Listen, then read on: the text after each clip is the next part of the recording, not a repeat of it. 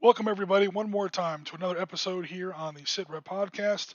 Definitely a light one today. I know I always say that whenever I go live. This time, I mean it. I swear to God.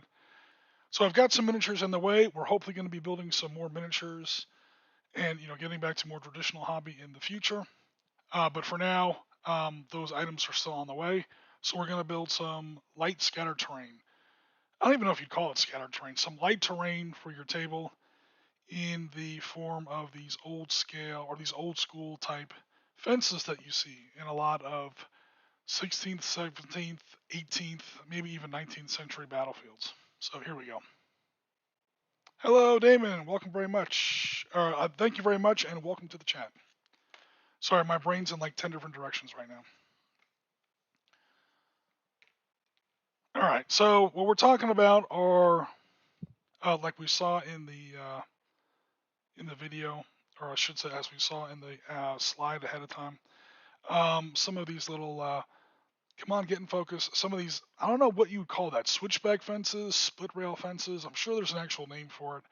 But you guys know what I'm talking about. These are the kind of fences that you see on a lot of old time battlefields. I've got a lot of it that I've already got built.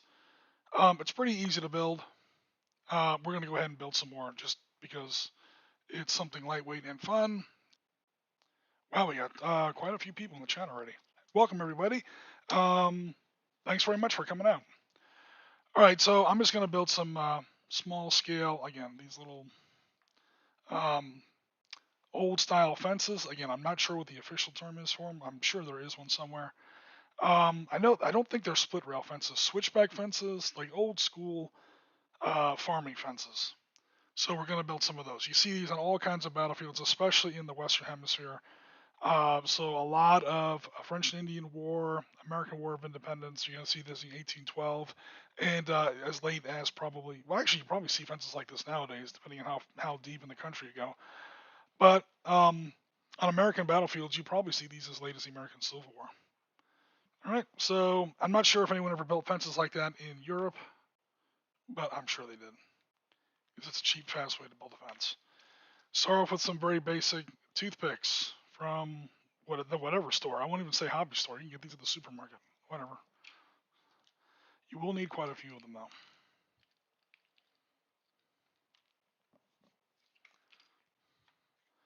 Brand new super glue.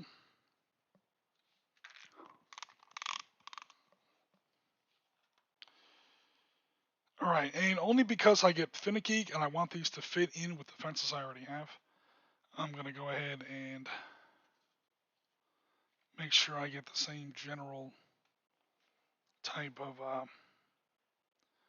angles, if that makes sense.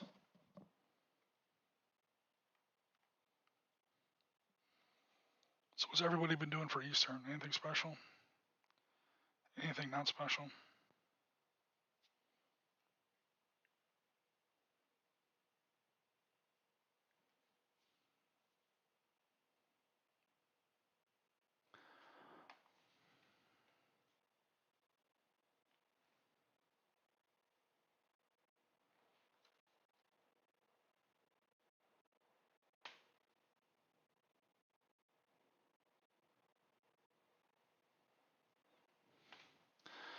Yeah, I just like to make sure I get the same general type of dimensions and angles in my existing fencing. Let me see if I can get that a little bit closer so you guys can see a little bit more what I'm doing. Get that a little bit more in the center of frame.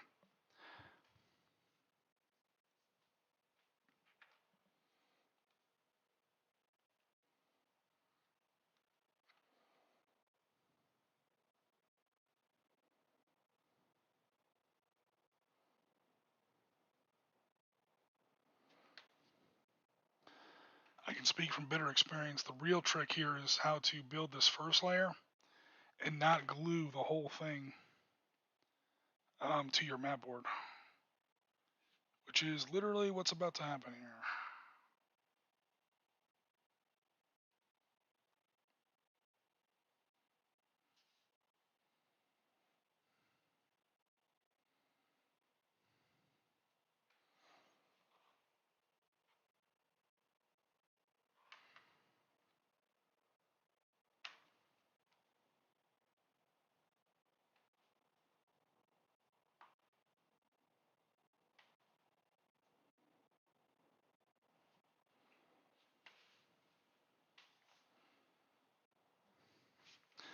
Now on this end, it is going to sag down a little bit.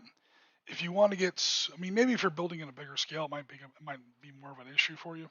But if you want to get super technical about it, you can go ahead and clip the end off some of your toothpicks and make a little brace piece there for the end, there where I'm pointing, so that your fence doesn't tip over a little bit.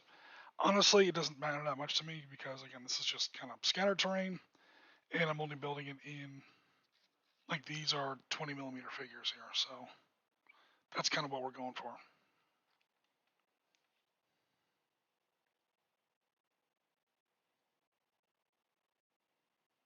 People often ask, "Oh my God, how do you build stuff and how do you paint stuff in such small scales?" I'm like, dude, that's when it's easy. You guys with the 28 millimeter, you guys are the crazy slash heroes because that's when it actually matters what you're doing. And it looks like on my old fences, I do have those little brace pieces. So damn. All right. Forget everything I just said. I do have to cut these. Great. Wonderful.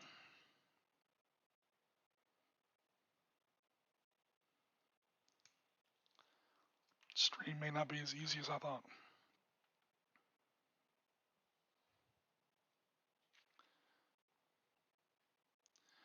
After working so many Easters, says my friend Damon Bretnall, after working so many Easters over the last 26 years, it hardly registers as a holiday for me anymore. Yeah, I was actually really surprised when the managers told us that we had yesterday off. I was actually really surprised. Not yesterday, sorry, Friday.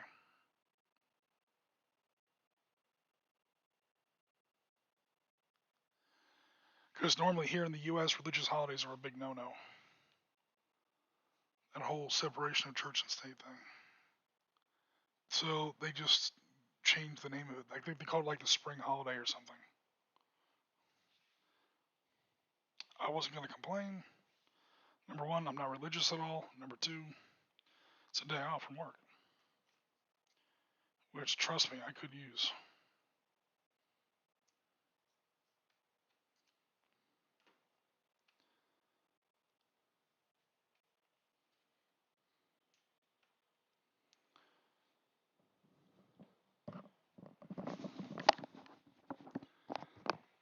Sorry about that. This mic keeps slipping off my head as I bend down over this hobby table.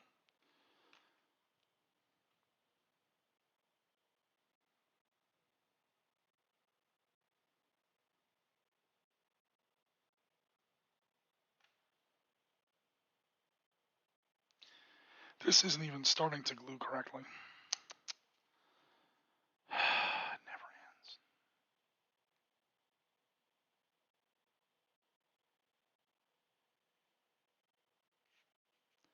I don't understand it. Usually this works much better. It's not even starting to glue right. Look at that. Okay, we're starting over. First of all, apologies, guys. I have to move this camera.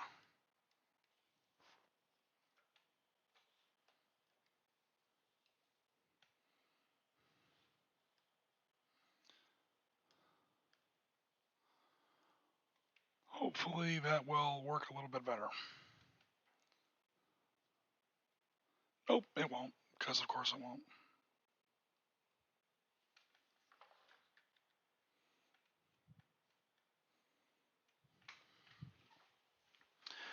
Okay, attempt two.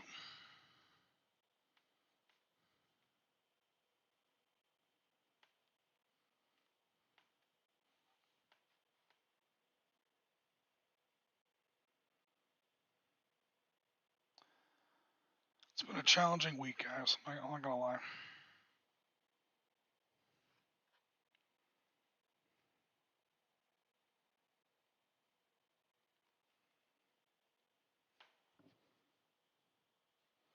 I wonder if I built this with a different kind of glue last time. Because this stuff is not working at all. Excuse me, this stuff is not working at all. It's normally very reliable.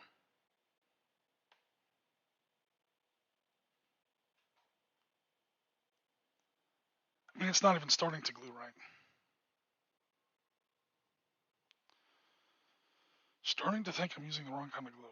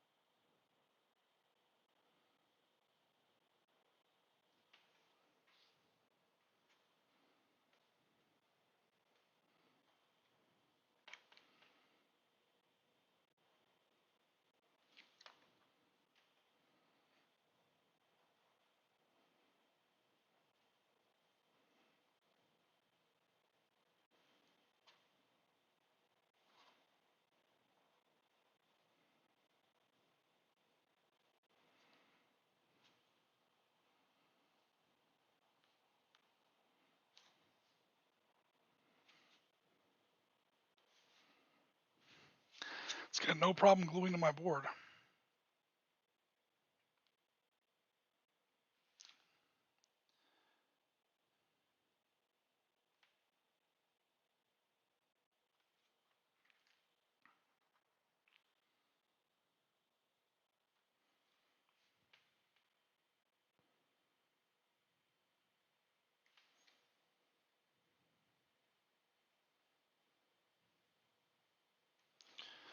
So again, here you see where I was wrong before. You do need those little brace pieces in there.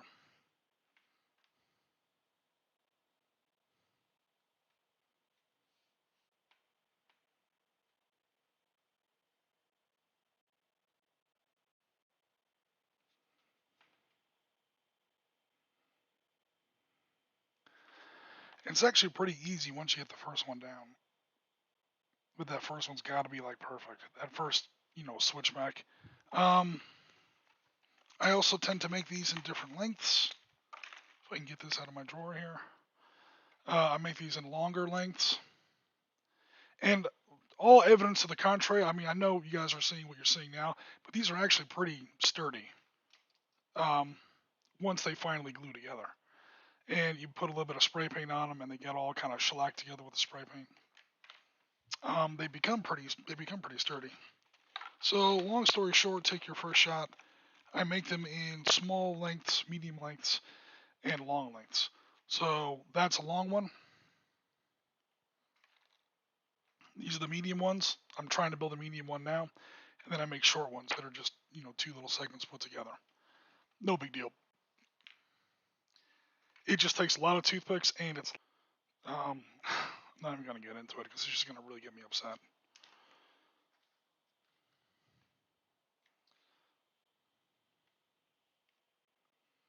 This is kind of the reason we stopped streaming. So that we didn't have to deal with all this stuff live.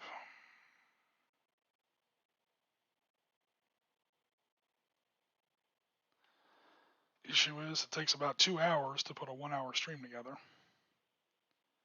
Assuming you're not playing a game that you have to build for the stream. Like something like your hobby stream. Yeah, 2 hours, like an hour of prep, and like to run the stream takes about an hour itself. Maybe a little bit of post production afterwards.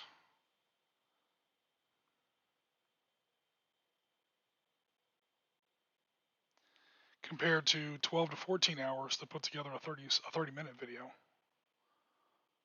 Like we see in other channels, in our channel on other days, to be honest. Those things are not. Sorry for my big hand being in the way. Those videos are not time effective.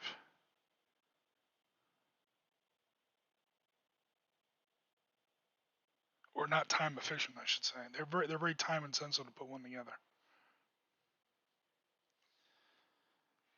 And it's kind of tough. Full-time job, everything else. And I think I'm the only person making content right now. So, yeah.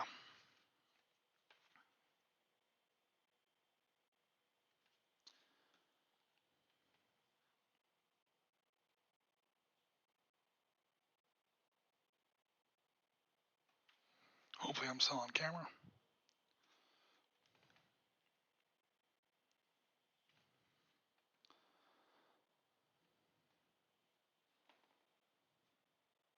Oops.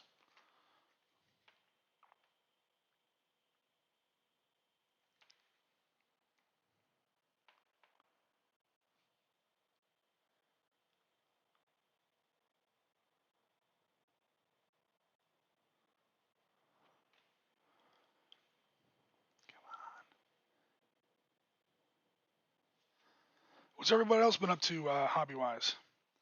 Accelerator spray is. Oh, hold on. Damon says, I hate super glue. It refuses to stick to the bits you want to. Sticks to your fingers instantly. I think it's finally starting to behave a little bit. Oop, except for that. Yeah, it's at least holding its shape now. I usually like it, especially this gel type. This stuff is usually my holy grail. This stuff usually behaves. It is now. I'm just being a little impatient because I'm live on stream. I'm always like, oh, I've got to put on a show. This has to work like right now. No, it doesn't, dude. It's hobby. Relax. The name of the hobby, the name of the stream is literally, hobby and chill. I just need to get the second part of that down. I'm not always good at that. So Damon says, I hate super. Yeah, it does stick to your fingers like instantly, especially if you put too much on and it winds up start to melt the plastic depending on the material you're working with. Accelerator spray is useful if you're building a lot. I've never tried that stuff. Usually with this gel, I definitely use the gel kind. I do not use the clear runny kind because that stuff takes forever to dry. But if I use the kind that has this little bit of gel in it, it's got gel control. It comes out of the tube really thick. It doesn't have that's probably not in focus. It doesn't have the most precise tip. When you really want to get precise with it, I use like a toothpick. I put a little bit on whatever toothpick, and then I can get a lot more precise with it that way. For this kind of stuff, you don't have to get that precise. So I can put it on straight from the nozzle. But I know what you're saying. I definitely agree. In general, you guys know a lot more about the hobby side of the hobby than I do.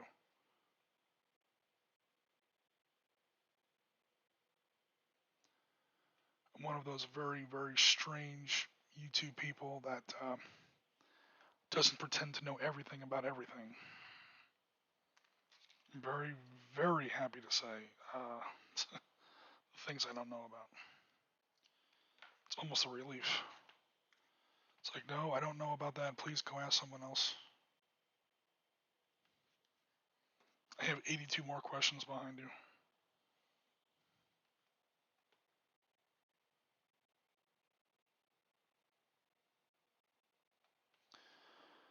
All right, so we're picking up speed now. Oh, you did find a. Thank you, Jen. They're called snake rail fencing. Cool. I figured there was a name for it. I just didn't know what it was. If you've ever looked at a painting or visited an American Revolutionary War battlefield, you've seen this stuff. This is like the Czech hedgehogs of the American Revolution. These things are everywhere.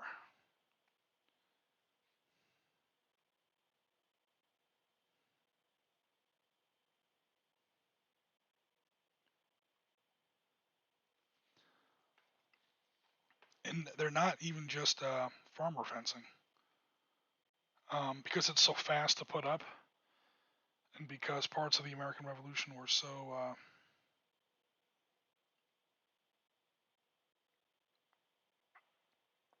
improvised. So last minute. So a lot of the redoubts. I won't call them forts because that's when Damon starts laughing at me. But a lot of the redoubts, the field fortifications, are built in this way. They're built a lot tighter than this. There's not nearly as much of a gap between the logs.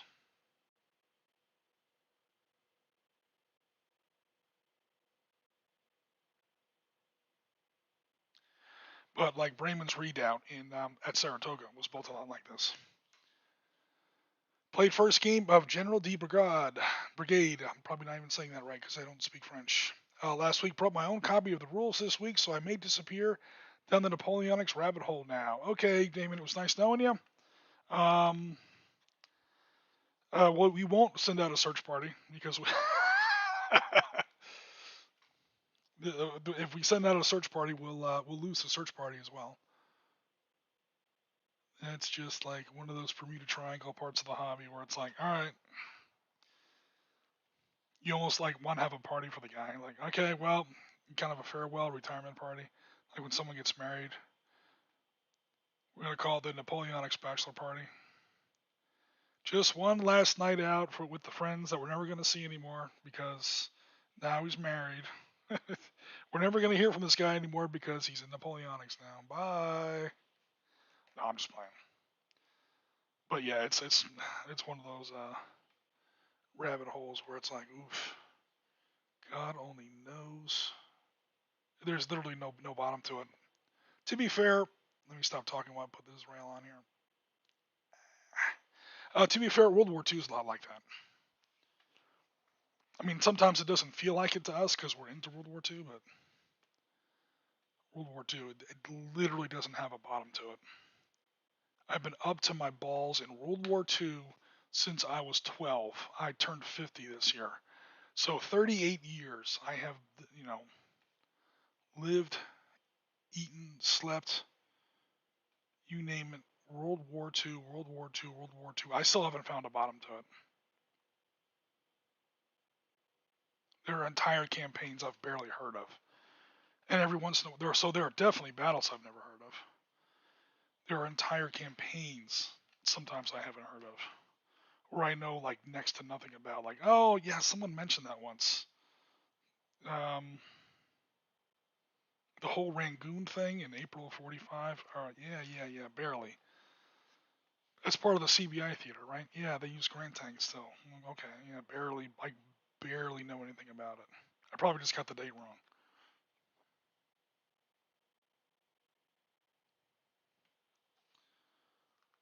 I mean, there are campaigns I've literally written books on, and then there's campaigns where I'm like, I know what like the average person who watches YouTube knows, which isn't very much. And again, that's a war I've been in for 38 years. Napoleonics, I feel, can be a little like that.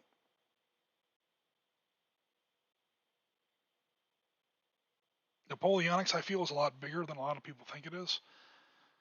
I mean, I'm not talking about Damon here, but a lot of like casual people will think of Napoleonics and they'll think of, oh yeah, I've seen Sharp Practice.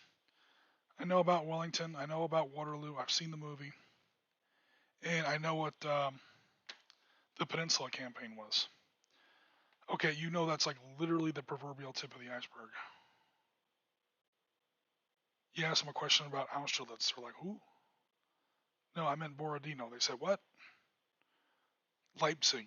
Oh, wait, you thought Waterloo was the biggest battle in the Napoleonic Wars? Okay, no. And I don't even know anything about Napoleonics. I am conversant at best. I can keep up in a conversation with someone who really knows it. But I can in no way lead that conversation.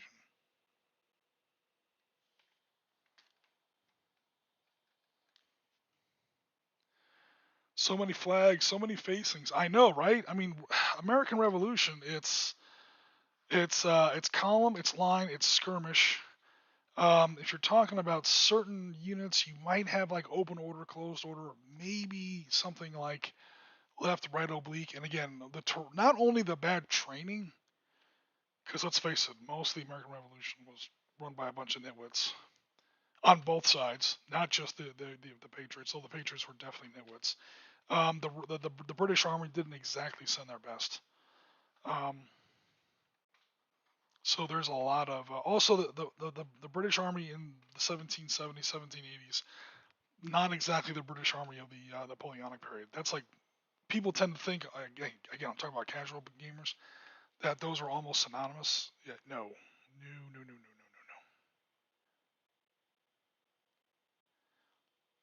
That's like it's literally 40 years apart. That's like saying Team Yankee and World War II are synonymous. It's about a 40-year difference. 1770 to 1810s. It's literally 40 years. Um, but what was I even going to say now? I totally lost track of my point because I rambled too much. But I better ramble because I have no music playing. Tough ears. No tractors. I have a tractor. It's in a drawer right now. Otherwise, I would totally break it up for you. Tough ears. I do actually have a tractor. And believe it or not, I'm not even trying to be funny here. It was I bought it for Ukraine way back in 2015 because I totally predicted that. I'm just kidding, obviously. But in all seriousness, I went to get like some. I ran most of my modern stuff, especially my Ukraine stuff, in 20 mil. And so what was I gonna say? I went out and bought some matchboxes, like some just for like civilian car scatter terrain. And there was a construction, like a road construction set. So it's not like a farm tractor; it's more like a bulldozer, but close. Oh, that's right, Damon. I was talking about flags and facings. Yeah, so the American Revolution didn't have nearly the tactical, definitely not the operational, but nowhere near the tactical sophistication that the Napoleonic War would have. So again, I don't know why more people don't play the American Revolution, especially here in the States. I know why you guys don't play it, but here in the States, I mean, damn, dude, as many friggin' people, and I won't make any judgments, who have this flag in their offices or they're out in front of their yard or in their pickup truck or whatever, I don't get it. Number one, it's Americans beat up the British. Again, no offense to Tough Ears or Damon, but that shit never gets old over here. Um, you don't believe me? Watch Star Wars again. Number two, it's small. I mean, for it's like the number of figures that you need. It's mostly skirmish based, or there's a lot more skirmish based. All the reasons why sharp practice and the whole Peninsula War is so popular with the. Come on and cut. The whole reason why the Peninsula War is so popular with Napoleonic players, you'd think that'd be like, oh, like over here. Let's face it, Americans. Lots of Americans play Napoleonics. A lot more Americans play Civil War. For Americans who get into that black powder action, they want Civil War. Um, although there are a fair amount of Napoleonic players too, to be fair. But why that um, Civil War crowd doesn't get more into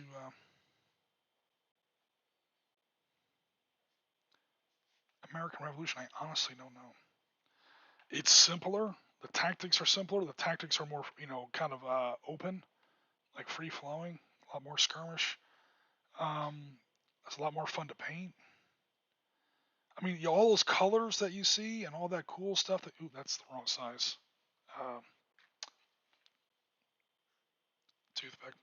All the colors that you see and all the cool flags. You don't see any. Well, you see some flags, but you don't see that many colors in the American Civil War. You really don't. Once you get out of 1861, the Civil War becomes brutally simple, and as far as paint schemes and the very early battles, there's some fun stuff to do. There's Zouaves. There's like Louisiana Tigers. There's some crazy uniforms and color schemes that you can get into. But all too quickly, it gets down to oh, gray and butternut and blue and sky blue, or like Union blue and like the light blue for the trousers. It gets that simple very quickly. And there's no such thing as a small American Civil War battle. They are all huge. So you're painting a ton of figures that are like the same thing over and over again.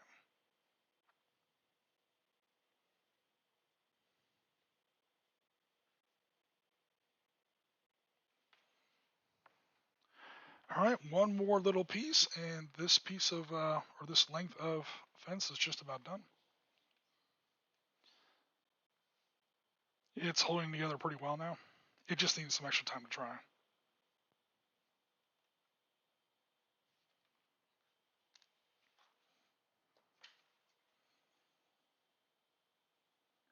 Thanks very much, everybody, for coming out. I super appreciate it.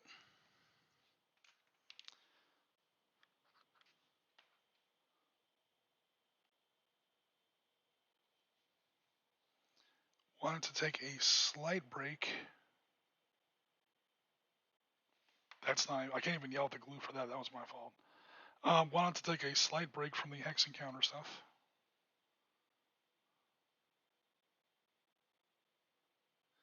Because believe it or not, even I get tired of that stuff eventually.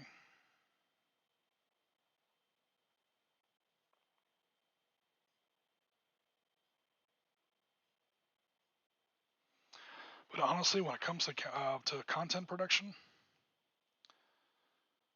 dude, hobby stuff is hard to create content for. You got to get a webcam set up. You got to get.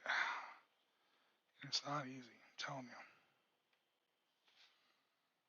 As challenging, as difficult as the hobby is for you guys, try doing that shit live.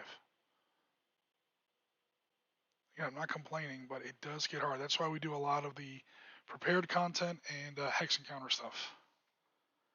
Ooh, I lied. I need one more piece after this. It does get rough. But good news, streaming live doesn't take as long as prepared content, edited content. Okay, so there is a completed stretch of, again, split rail fencing, and it's even kind of holding together at the moment. Some of that didn't really come across terribly straight, but actually, no. Let me get one more piece on top of here. Hold on. I know I've said this last piece a couple times now.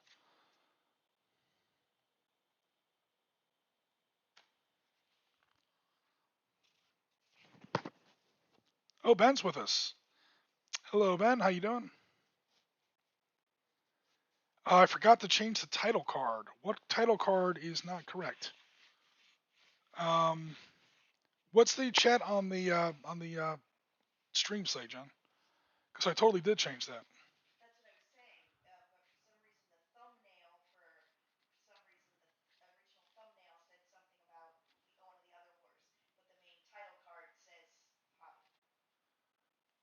What is? I'm totally confused. Right. What does it say? Never mind. Okay. I changed the title of the stream. I didn't change any of the graphics. So yeah, that'll get changed. I usually do that in post. I didn't even know you could do that ahead of time. Oh, it's got last week's stream out there still.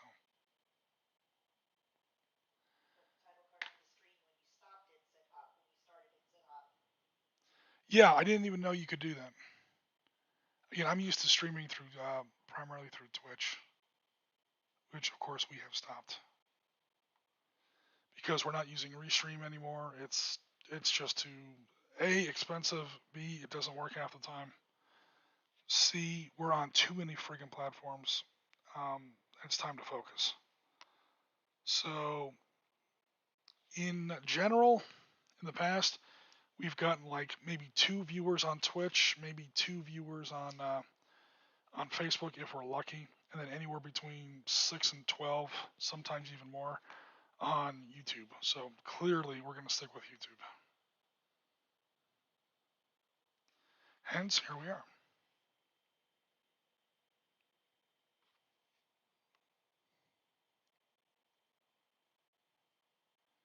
But thanks for the heads up, Tuffy. I will keep an eye on that in the future. Again, assuming we're going to be streaming. I think for most part, streaming is going to be kind of a fill-in kind of thing. Because let's face it, it's live, it's rough. I do like the community interaction. I won't lie about that. And it's just fraught with all kinds of technical. It's very stressful. I mean, most of the big streamers that you see on, YouTube or Twitch, like the people who have like 1,000 viewers or whatever, they've got producers, they've got somebody at a soundboard. We don't have any of that, dude. We have like me, a webcam, a bottle of super glue, and a can of toothpicks. So.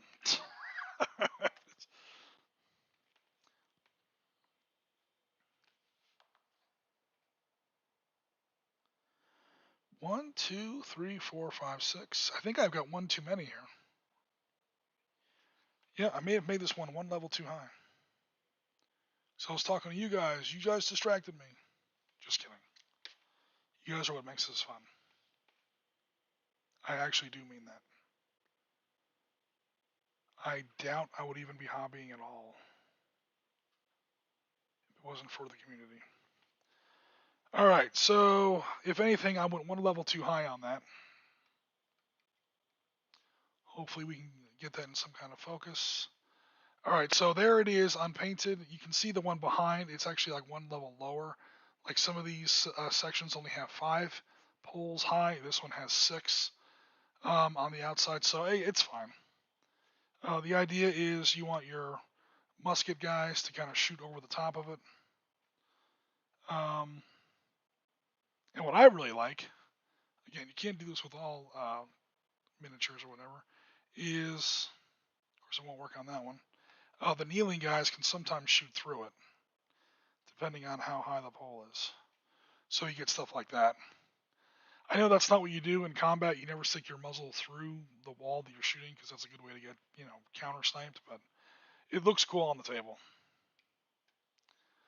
All right, guys. So again, I know this was a short one. I always say it's going to be a short one, and then 2 hours later, I'm still talking. I've now been up already for a little over 40 minutes, so I was aiming at a half-hour stream. If I ended at 40 minutes, at least people won't be laughing at me for. Yep. See, now I can even pick it up. There it is. So what I would eventually do is once this finishes drying, it's not really completely, set yet. I have some simple brown, reddish brown spray paint, or I got this ready just in case I ran out of material, but turns out I didn't. I can get more of cheapskate Oriskany's apple barrel paint. I know you guys laugh at me. Thank you for not laughing at me in public, especially tough years. But yeah, I used super cheap paint because the sit down and paint hobby isn't really my main focus. So I don't, get that much into it or spend that much money on it. Damon says, I'm thinking a frame jig would work for mass production of these fences. Yeah, here's the thing. I mean, you guys have seen my Trenton table. That was an 8x4 table. And I won't get them all out now, but all the pieces of this I have pretty much fill up the table pretty well. It was time consuming. I don't know if building a frame jig would have wasted more, or I won't say waste, would have used up more time than it would have wound up saving. I honestly don't know. I mean, clearly, if you were going to build a bunch of these, then certainly. Definitely appreciate you guys coming out. I mean, you guys probably already knew this, but that's sort of how I build my very, very simple sort of old style farm fencing. For, I like American Revolution. A lot of other people like Napoleonics. I don't know if you would see that kind of fence in Napoleonic. I guess it depends on where you are. I promise you this: part of the Napoleonic War took place in North America. They call it the War of 1812. So you would see that kind of fencing in that kind of Napoleonic warfare. But it's up to you whether you would use it in the 7 Years' War slash French and Indian War, or American War of Independence, or American War of 1812 slash our tiny little corner of the Napoleonic conflicts. Or again, if you stick in North America as late as the American Civil War, I'm sure there were still people down in Alabama building fences like this. So yeah, you get a lot of use out of fences like this. All right, cool. So enjoy the rest of the weekend, says Jennifer Lemon. Thanks for the hobby break. Damon Britnell says cheers. Ben Johnson says good hearing your voice. Have a great Sunday. Okay, guys. Thanks very much for coming out. Thanks very much for all the support. We'll be in touch very shortly with not only more Sitrep content, but a sort of a finalized version of what's going on with the Sitrep podcast channel. I can promise you, at least for the near term, no one's we're not going anywhere. Um, but we may just be slightly slowing down because we may be looking at a smaller team because of other factors in life. Again, no drama. I don't want any rumors to get started. It's not that kind of a thing. It's much more of a, real life, developments sort of a situation. But for now, this is Risking Jim wishing everybody a happy Easter, or at the very least a happy Sunday, and have a great week going forward. Tango Mike for listening, and we'll be in touch very soon. Take care, everybody.